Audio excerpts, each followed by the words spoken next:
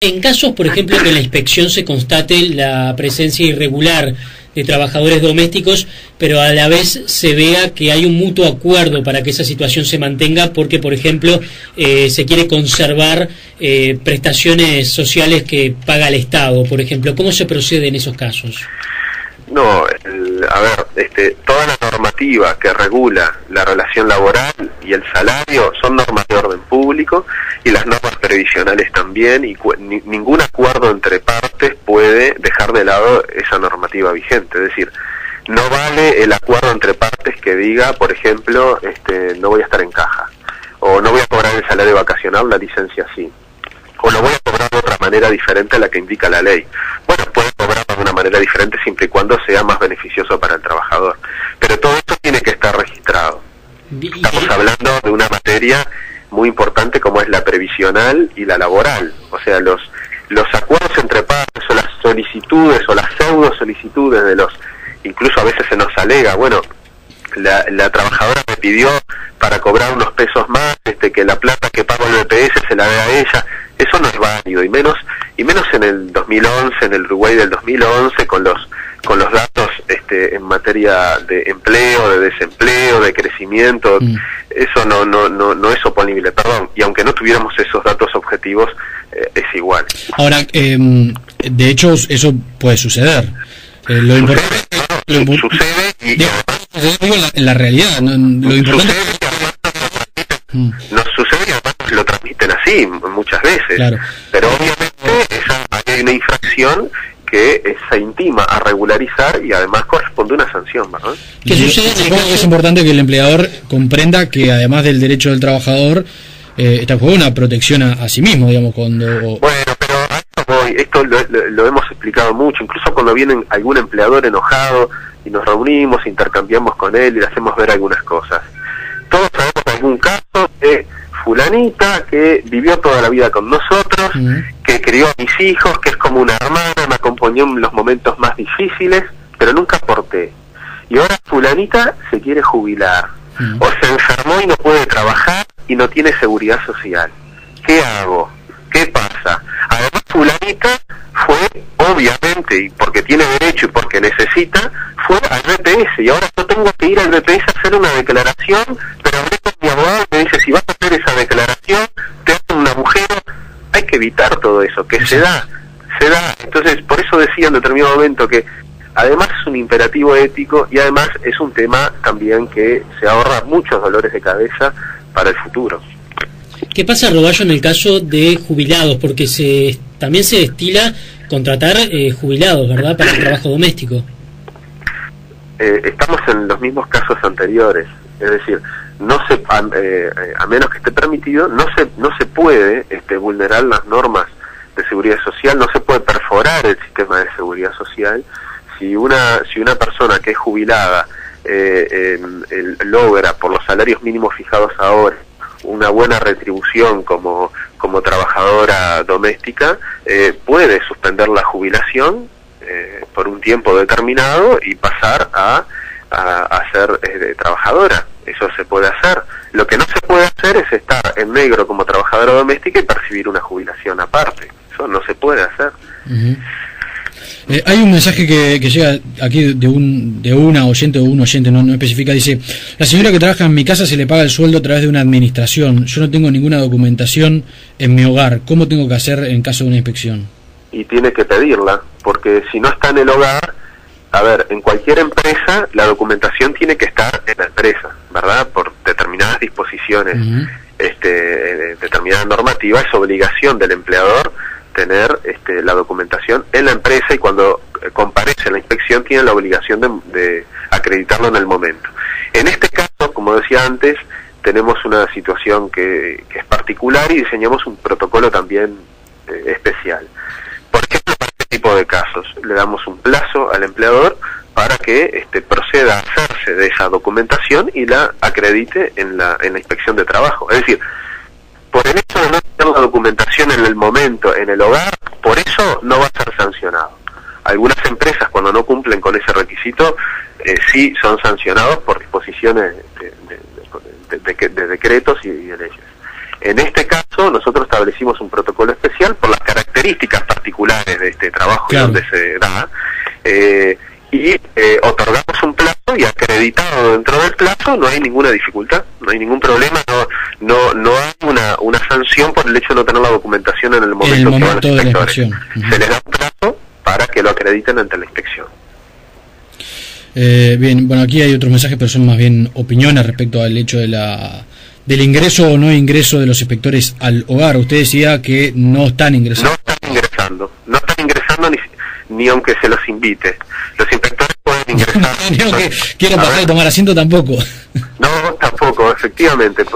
Pusimos eso porque estos operativos son importantes, intervienen muchos inspectores, van a muchos hogares, y nuestro principal objetivo es que el operativo no tenga ninguna dificultad, ningún incidente, nada que pueda empañar lo que después resulta en general de estos operativos, que es una buena corriente de regularización, que es mucho más amplia de lo que es el operativo inspectivo. En el operativo inspectivo en el operativo pasado visitamos 3.500 hogares, pero el proceso de regularización fue mucho más amplio, obviamente.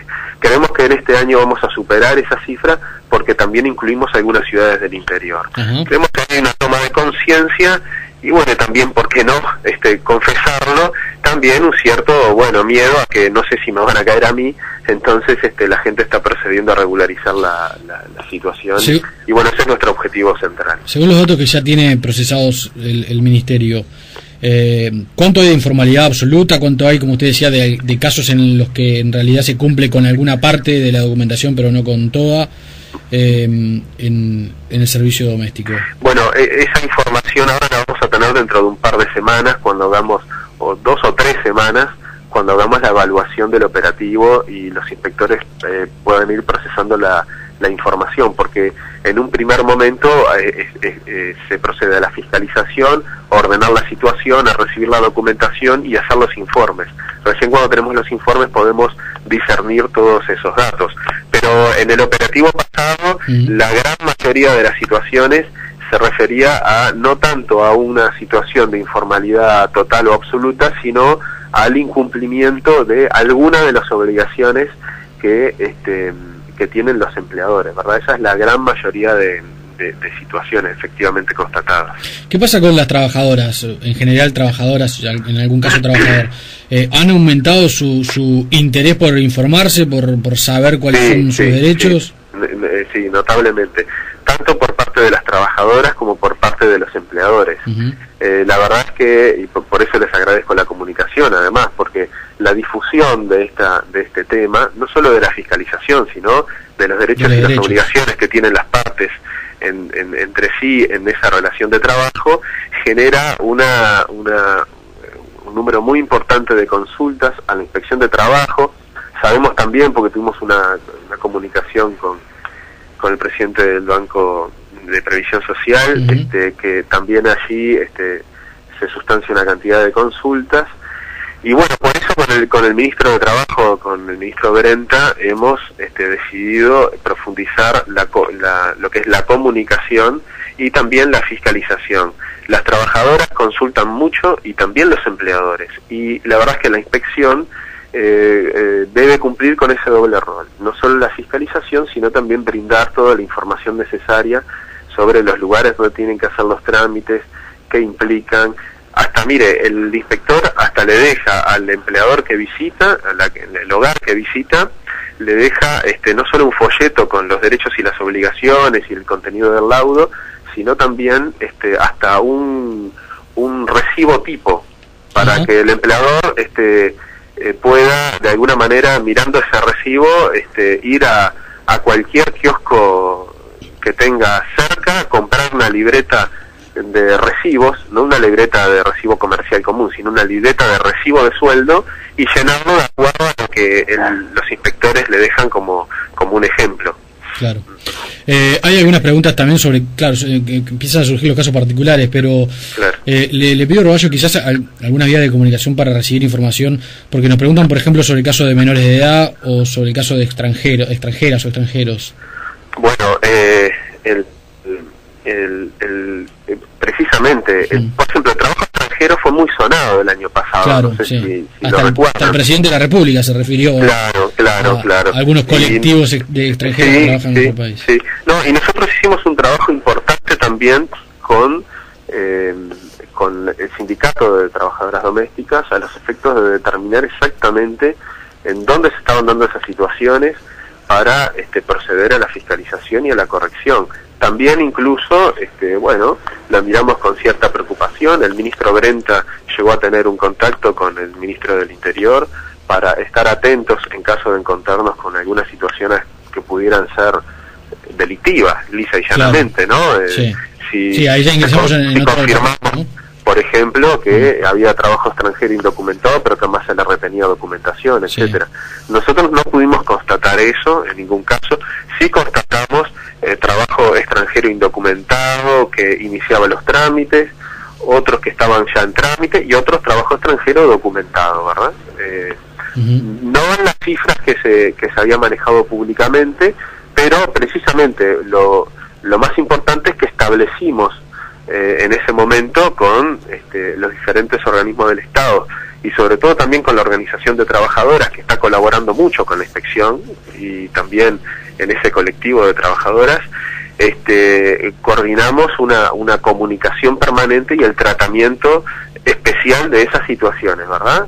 Hemos tenido alguna fiscalización de trabajo extranjero documentado, pero con incumplimientos importantes, y también la idea es desmitificar la situación con respecto al trabajo extranjero. En general hay cierto miedo, en Uruguay no se manda a nadie para su país, no se deporta a nadie, como puede haber el miedo de repente en Europa o en Estados Unidos, pero se juega a veces con esa incertidumbre de una persona que no es de este país y viene a tratar de lograr un jornal, de tratar de sobrevivir, y en base a esa situación de una cierta clandestinidad, de manejo, las trabajadoras o trabajadores no se acercan a los organismos del Estado para regularizar la situación. ¿Qué es lo que deben hacer? Allí estamos también pensando en diferentes mecanismos para eso, para desmitificar esas situaciones, darle tranquilidad a las trabajadoras y trabajadores, y también estimularlos a que no van a tener ninguna consecuencia negativa ellos por estar en Uruguay sin la documentación pertinente para trabajar. Es más, en la Junta Nacional de Migración, que también integra el Ministerio de Trabajo, se están pensando en mecanismos incluso para facilitar un canal diferente, más ágil, y precisamente para quienes se encuentran buscando trabajo o ya están en una relación de trabajo pero sin la documentación pertinente, para hacer más ágil el logro de esa la transmisión de la información y el logro de la documentación, y así también transparentar esas situaciones, ¿verdad? Roballo, ¿hay algún número telefónico donde se pueda el empleador y el empleado informarse sobre obligaciones y derechos? ¿Cómo no? Desde el interior del país, 0800 1867. ¿18, perdón? Desde el interior del país, estamos atendiendo un 0800 1877, y desde Montevideo 2916 22 13. Perfecto. Son las vías de comunicación entonces con la inspección de trabajo para informarse sobre derechos en el caso de los empleados o sobre obligaciones para estar al corriente de cuáles son efectivamente, como usted decía, algunos de las obligaciones que muchas veces no se cumplen. Las dos partes tienen obligaciones y derechos. Las dos partes tienen obligaciones y derechos, y es bueno que las conozcan en función de la normativa, pero también un esquema sencillo que se les transmite en el folleto que le entregamos, pero también en forma remota con esos teléfonos en la inspección de trabajo. Muy bien, Roballo, le agradecemos mucho estos minutos, ha sido muy amable. Con mucho gusto, a las órdenes. Juan Andrés Roballo es el inspector general de trabajo.